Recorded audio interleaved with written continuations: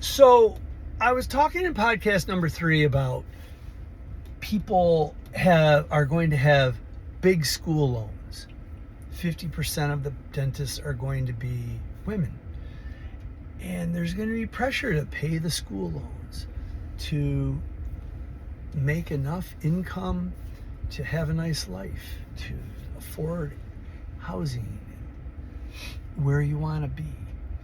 And there's not going to be a lot of time for personal growth, communication growth. Maybe you think you can get that down by yourself.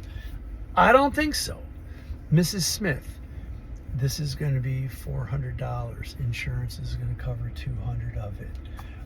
Your out-of-pocket's going to be $100 to $200. Okay, that's not that tough, but geez, another situation. There's a big hole here, and it looks like there's going to be a root canal involved. It's infected into the nerve, and then it's very weak because they put too much filling in there. And the person's going to say, well, how much is that going to cost you? You say, well, a root canal and a crown could be $200 or $2,500, and your insurance is going to pay $1,200, and your out-of-pocket's going to be $1,200. And how do you want to pay for that? Now, I don't know. That's just one tooth. What if there's 2 teeth? I mean, putting a endo crown on a bicuspid and 2 or 3 teeth next to it are also in trouble like that. Is that good care? I don't know. That's a conversation. That's something we're going to talk about. But if there's a part of you that's like sticking a crown, 1 year's worth of dentistry and insurance next to a disaster collection of amalgams and composites, I don't know. I don't think so. And well, what about Invisalign? What about endo? What about a pretty smile? Where are you gonna go from? Where are you going to ever get the time to move from this is a huge filling composite endo crown to front aesthetics or front anterior aesthetics or bridge work or implants? I mean, how's that ever going to happen? Well, I don't know. I mean, I know how it happened for me. But in my opinion, other than the winging it, trial and error of trying this and making mistakes and maybe scraping up some money and going to continuing ed and, I'm going to learn about endo. I don't know. I mean, I'm going to go and become more surgical in my practice, more grafting and stuff like that. I don't really know, but what I definitely know is that doing it by yourself is not a great idea. Doing anything by yourself. And I'm really not here to help you sharpen the craft of, let's talk about going to endo or going to rotary endo or going to bioceramic cement or the language of endo. What I'm really interested in is, how are you going to have a conversation with a person that says, Mrs. Smith, this could be $6,000 to $8,000, or this could be $8,000 to $15,000. And if you want to see in a sentence how far you are from a better life, say to yourself, look to the side and say, Mrs. Smith, this is going to be $6,000 or $8,000 or $7,000.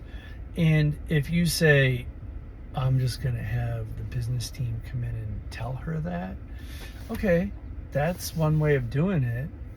And what, you make 30% of $7,000, $2,100.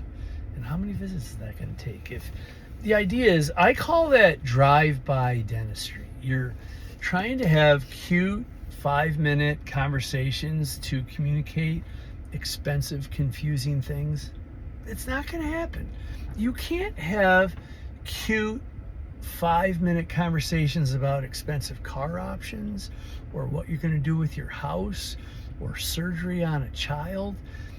Certain things are complicated, and part of it is that these complicated, expensive situations that they might have to pay for themselves without insurance in regular parts of America, maybe in some parts of America, in New York City, suburbs, other areas, Atlanta, money's not a factor. But not from what I hear. What I hear is that 65% of America would have a hard time getting a hold of $1,000 or $1,500. If you look at my community in upstate New York, I swear the average income is in the 40,000s. How are they possibly going to cover $3,000, $4,000, $5,000, $6,000 single tooth implant? There's a lot of other places they could spend $5,000 or $6,000. But there are ways to communicate with people, which is what we're going to be talking about. And what I'm doing is laying the groundwork about how it's complicated. You shouldn't do it by yourself. If you think you can do it by yourself, good luck. I did. I wish I could have learned more from my dad. But you know what? My dad was good people, simple people. He had 6 kids. I don't think in 1963 or 73 he ever grossed more than $200,000 a year and made $100,000. My dad came from humbler starting place than I did, and my kids are gonna kind of get a little better bump about where they're at. But what I wanted to also throw out, and not trying to be too perfect about laying things out, and you could say, geez, you're wasting a lot of my time. I'm like, okay, but part of your job is going to be to sew this all together in a way that is useful to you. Okay, that's what life is. If people aren't giving you anything, then there's nothing to sew together. But if they're giving you a lot of stuff, then your job is to put it together so that it's useful. So one of the little factoids that I saw recently was that if your family was making $100,000 in, I think it was 1990, that today's family, perhaps today's dental family, has to make $243,000 as the family income to live the lifestyle that $100,000 a year afforded in 1990. And part of my position is that if you don't grow some expensive,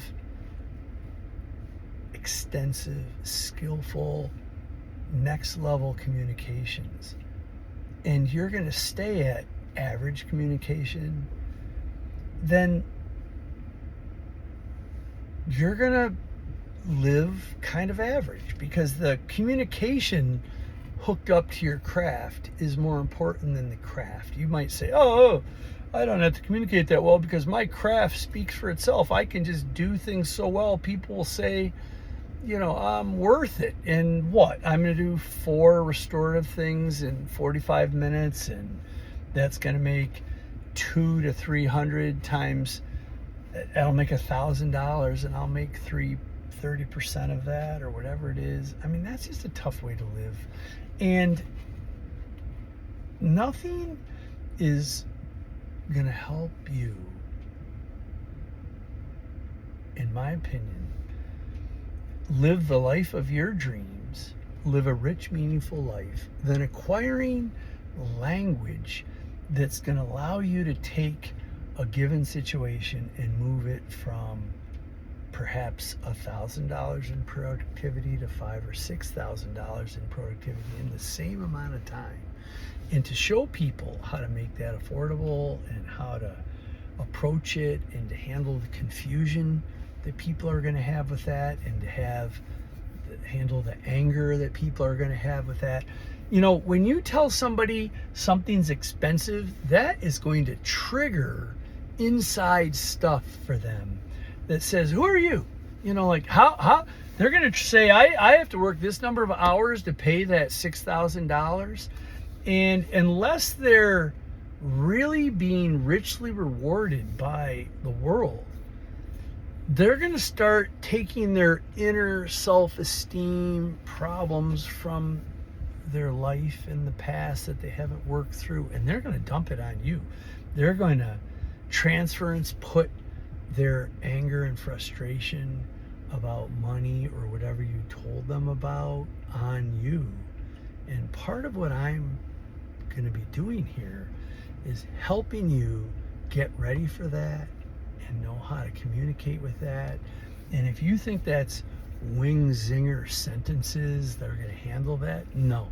That's going to be, this whole thing is going to be more about getting your heart and soul in the right spot, so that with love and kindness, you can talk to them and answer them and say, yep, we've got some things to work through here.